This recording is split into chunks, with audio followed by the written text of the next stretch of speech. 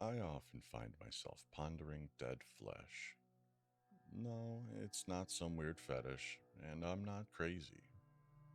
You could say it's a matter of absolute necessity, but we'll get to that later. Over a very short period of time, I've drawn several conclusions regarding dead flesh. These conclusions forced me to discard the movie depictions of dead flesh and accept the real thing. Here they are. Dead flesh is, first and foremost, nothing more than meat that is no longer infused with the functioning elements of life. Without a beating heart, blood flow comes to a halt. It stills, cools, and begins to settle in the extremities, eventually causing reddish-purple discoloration of the skin. Though it takes a body some years to completely decompose, signs of degeneration are quite apparent within hours and days after death, such as the process of liquefaction that reduces your insides into foul gas, resulting in massive bloating. The skin will also blister and slip. As we all know, gas must be released, and with dead flesh, once that happens, the putrid internal fluids are also released, left to run and pool where they may. Even before it gets to that point, the flesh has already served as a smorgasbord for millions of maggots. I could go on, but I won't. Those are just some of the technical details, but the bottom line is that dead flesh is nothing short of disgusting.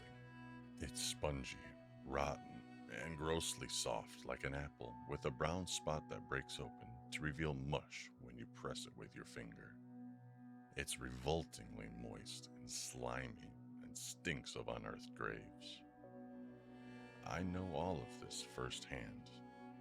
As I stated before, I'm neither a fetishist nor crazy, but I am trapped in my boarded up home, now surrounded by an impossibly huge zombie horde. Unaware of current events, I was caught off guard and failed to prepare.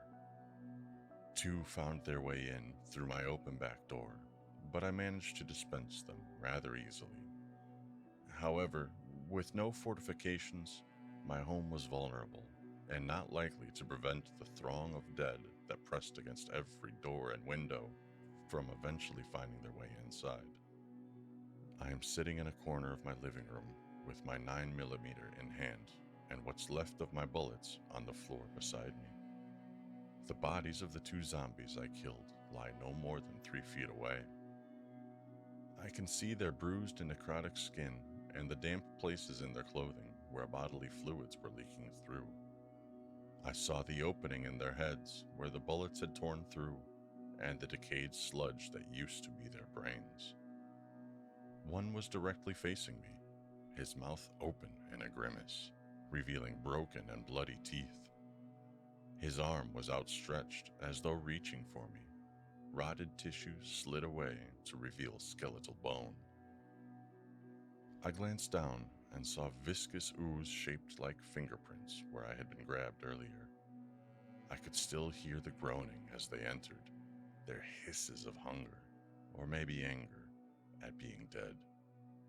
Their reeking stench lingers in the air, so overpowering I can taste it. It invades my nostrils and coats my tongue, causing my stomach to clench as I fight back the acid that burns its way into my throat. There's a loud crash as the sheer weight of the horde forces the front door open and the dead pour in. The stages of decay varied from the freshly dead to those gone weeks before. Some walked, others shambled, their limbs twisted, and in some cases broken. Tattered flesh and rancid slurry trailed behind them, leaving stinking pools of brown muck on my white-tiled floor. I watched them approach. They were no longer living, yet whatever it was that drove them could be seen beyond the veil of undead flesh. It was like a battery that carried a perverse charge, creating an army of bitter and misshapen creatures whose only thought was to devour the flesh of whatever they encountered. That would be me if I allowed it, but that was not the plan. I didn't have enough bullets to cut down the advancing mass, but then I only needed one to ensure I wouldn't end up like them. I raised the gun and placed it against my eye socket. I couldn't be 100% sure this would work, but I had read once that this was a better place to fire a lethal shot than under the chin. As the first zombie reached for me, its fingertips grazing my cheek, I pulled the trigger. I no longer need to contemplate dead flesh. I now understand it far better than I ever have. It's been about 2 weeks since the gun misfired, and my living flesh became tasty tidbits for the horde in my living room. They didn't eat me down to the bone, which I think would have been preferable, but left enough for me to be resurrected as one of them. I started out as meat. Now I walked with the dead in search of meat. I have little control over my legs, so my gait is awkward and shambling. I reek to high heaven, and the uncomfortable bloating has caused my eyes to protrude from their sockets. My skin, what's left of it, has already begun to blister and slides off every time I come into contact with something. It is far from a comfortable existence. I've learned that the awful moaning and groaning that issues from decayed vocal cords has less to do with the inability to speak, but everything to do with the intense pain involved in the process of decomposition. No one living could know the agony of feeling every organ and cell dissolve into a fetid soup that sloshes around inside your slowly stretching skin.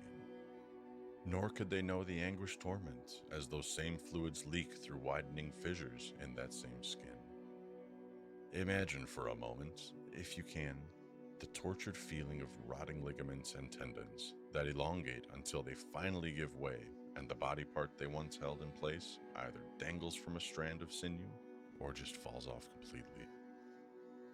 A zombie's existence is nothing but excruciating pain that can only be temporarily numbed through the consumption of living flesh, and that, ladies and gentlemen, is the true disposition of dead flesh.